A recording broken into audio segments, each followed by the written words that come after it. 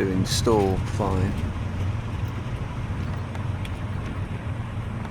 You get plenty fast enough. Yeah, sometimes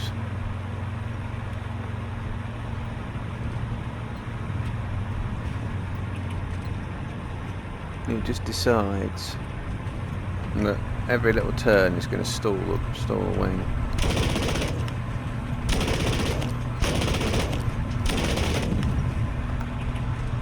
No. I went upside down.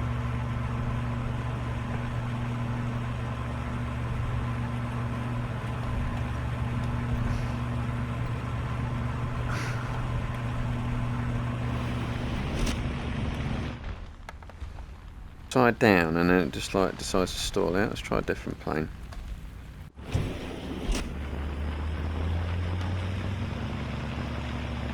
So sometimes it's just unflyable. Unflyable. Any plane. Well, any of the planes that have a tendency to stall, it's wing stall, which is like Yaks, Spitfires, even fuckable 190, 109s, so 190s, 109s.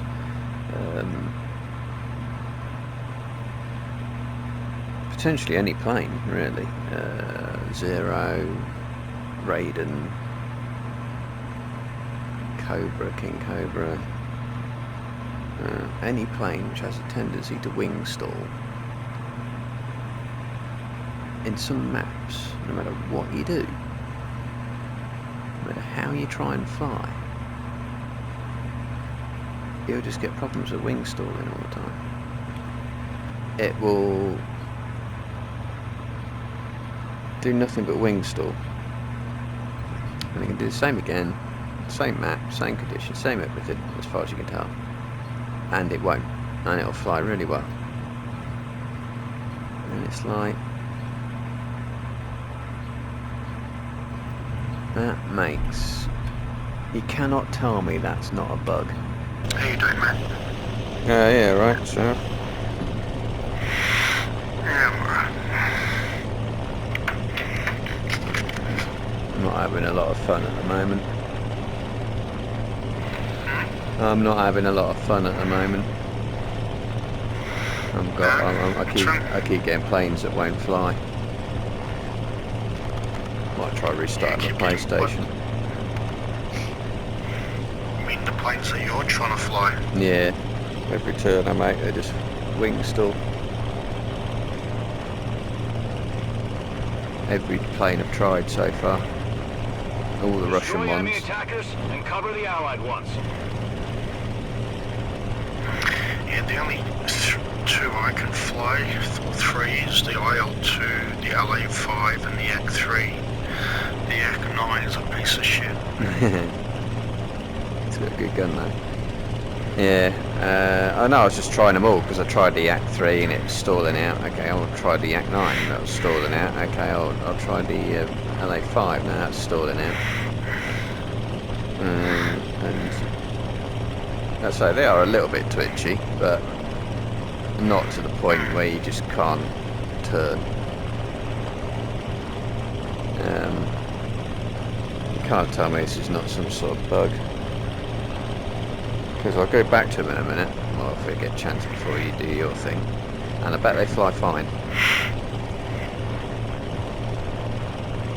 I don't know if it's the way it reads the joystick, or even a bug in the joystick software. The Yaks can be a bit twitchy sometimes. Yeah, they can be. Especially the Yak-3, I find some days. I'm right on top of it though, that's the thing. Yeah, the pitch, you can always test it because you pitch up in a straight line and it'll pull up quick and then stop and then pull up again. Yeah. And that's your stall. Yeah, that. Yeah. But it you happens to me too from time to time. Yeah, but you pull up with about 80%, movement on the stick and it's fine. And you just learn to fly with 80% on the stick. But some days you just can't. It just absolutely will not do it. So yeah, I'm just trying to 109 now and see what happens. See if it gets the same sort of problem.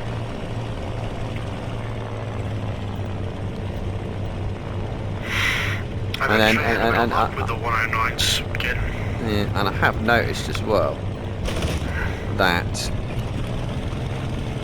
when you have that wing stall problem, your bullets seem to miss as well, or you don't seem to have the same accuracy. It's almost like, oh, maybe I just haven't got my eye in, you know. Maybe I need a bit of a warm up or something.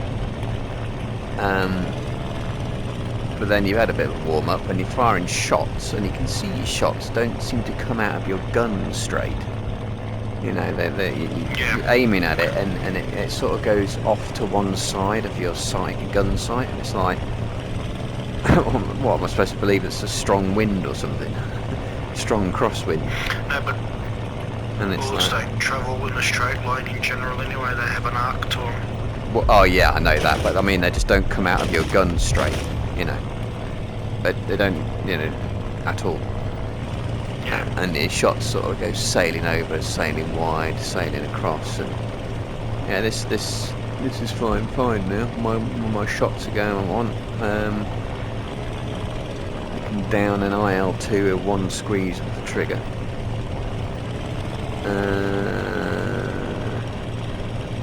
So that seems okay.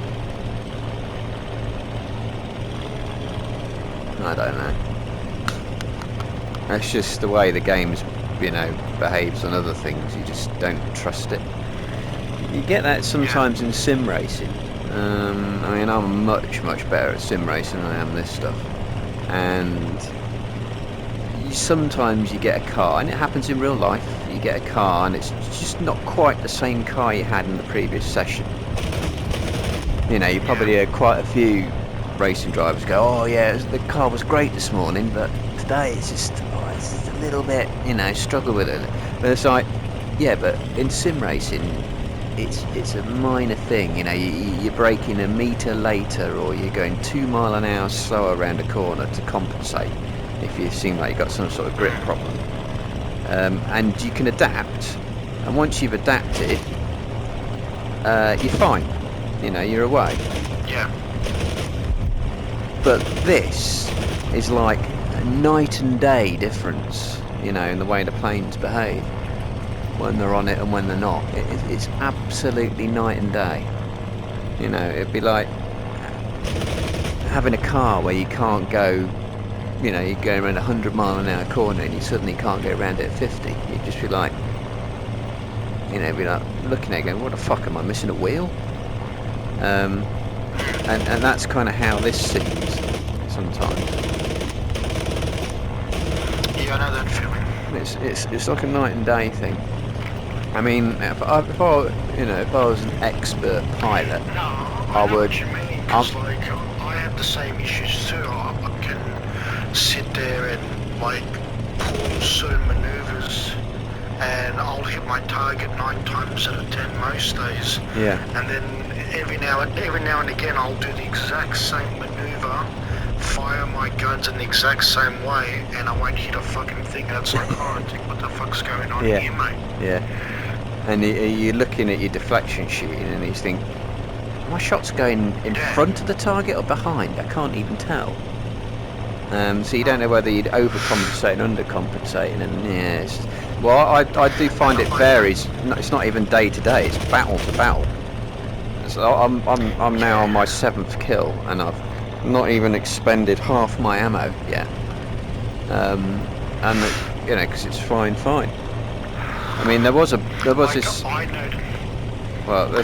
notice it the most in the Yak 3. The Yak 3 is fucking atrocious for it.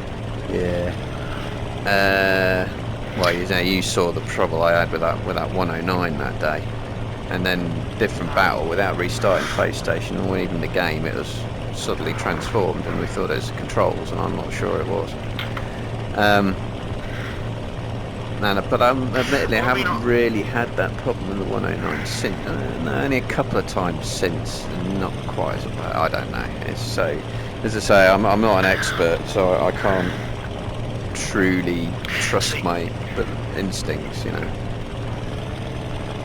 When I used to play IL-2, right, with stalls and spins on, my go-to plane was the 109 G2, right? So I know how the G2 handles the F4. I always had trouble with. Yeah. But in this game, I can fly the F4 like I used to fly the G2, and the G2 gives me the most amount of trouble. When I used to fly the A4 and the A5 of the FW190, its pitch and turn rate was so fucking sensitive that I would pitch up just a little bit and it would go into a spin. I could never fly the 190. You fly the 190 in this game and the pitch is like sluggish when it shouldn't be. Yeah. The pitch should be a lot more, it should feel like the Spitfire does at low altitude in the 190. That's how sensitive it should be. Yeah. You know what I mean? Yeah.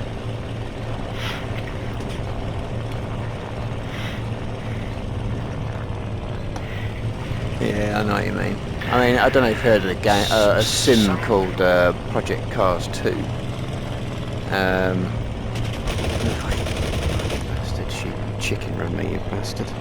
Yeah, there's I don't know if you've heard of a game called Project Cars 2. It's a sim, and it was well known. Well, we used to call it Project Bugs, where it wouldn't load the same race conditions for everyone. So some people would have nice, warm, sunny weather, and other people it's starting rain. And because I know what I'm doing, I was so utterly convinced of it. I did loads of videos to prove the point and improve on these issues. And they eventually admitted it was a bug, and it was exactly what I was saying it was. And yeah, they had to fix it, but I only sort of managed that because I had the confidence in my belief and understanding and my abilities of how it should work. Driving. Yeah, exactly. Yeah. So I would do the same with this, but I haven't got that same experience. Is this Typhoon actually out turning?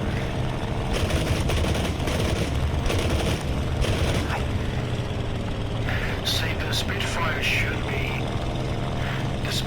shouldn't be spinning out as much as it does. No. And the pitch shouldn't be as sensitive. It's like oversensitive on the pitch to a point where sometimes you end up overcompensating, and the Spitfire shouldn't be like that. Yeah, It should be nice and smooth. Yeah, I'm pretty certain the Spitfire doesn't fly like it's supposed to. Or did in No, real it life doesn't. for me. Like even the P47 doesn't fly like it's supposed to. Like that version of the P47, the Razorback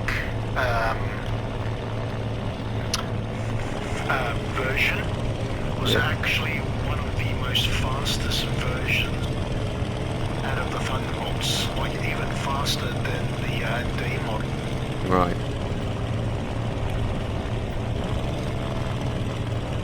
And yet it's so fucking sluggish.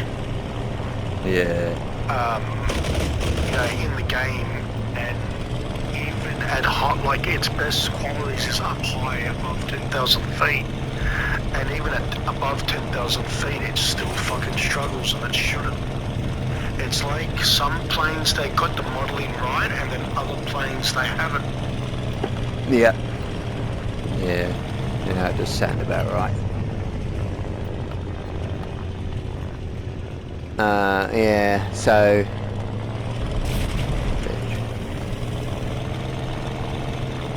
How many times that happens? Yeah. It just doesn't make sense though, because it's a program, it's an algorithm. It should be using the same maths and the same calculations every time. You Yeah. can't have Like, different versions of the same Yes. game. like even the readouts, like when you do a negative G pushover and you get a readout, the minute you come out of that negative G, it should go from red to clear, and it sometimes just stays fucking red, and you're like, what the fuck is going on here? Yeah. No, I'm not going to make it. Yeah, I don't know. I don't know if it's lag, if it's some sort of server lag. Maybe that's the thing they're trying to correct with a ping. It could be, you know, a kind of input lag if it's, you know, bullets aren't going where you expect, or your joystick's not being read the way it should. But that would kind of mean the calculations are being done at the server end rather than at the console, which would be a bizarre way to write a game. Which would explain a lot of things That they've been doing, as well as how it behaves. Yeah. Yeah, no, I do wonder. But no one's tried to sort of explain it, you know, or show it, you know, and there's nothing talking to the devs about it. I've spoken to plenty of people on various different Discord servers and stuff, and they're going, yeah, I get that as well, you know. Yeah. But because there's so few experts, you know, it's like I've raced karts, Formula First, saloon cars in real life, and if I get in one, like karts are notorious in sim games, if I get in one and do 3 corners, not even a lap, I can tell you straight away whether it handles realistically or not. But there's no one here who is still alive who's flown a 109 and goes, that's not how a 109 flies. Well, maybe about some pilots who do it in non-combat situations, but you know, you don't get that. You don't get real 109 pilots saying, no, that's not how it handles. You know, so that you've got no one to sort of answer back. It's all down to their interpretation. So you have to kind of have faith in that. There is one guy in Germany that does fly the 109 for a living, and that. Yeah. And I've shared a few of his videos. He knows how the 109 handles back to front. Do they? See, that's what you need. I think you need some actual pilots. They should talk to him. Yeah, but I think they have spoken to experts, though, haven't they? When they were developing the game, they said, but I mean, they said, didn't mean that they actually did. But as far as I know, it's just meant to be as authentic as possible. I say there are numerous experts, not just historians, but people with actual flying experience. I mean, there's a two-seat. Oh, another chicken running there. I can. There's a two-seat Spitfires actually, and a two-seat P-47. An airfield that I live about 2 miles from. War Memorial in the UK. Well, I actually live near Sywell Aerodrome, about 2 miles away, and they have those planes. I've actually considered buying a ride in the Spitfire. They should have a go. I should try and find out who those people are and get them to try this game, you know.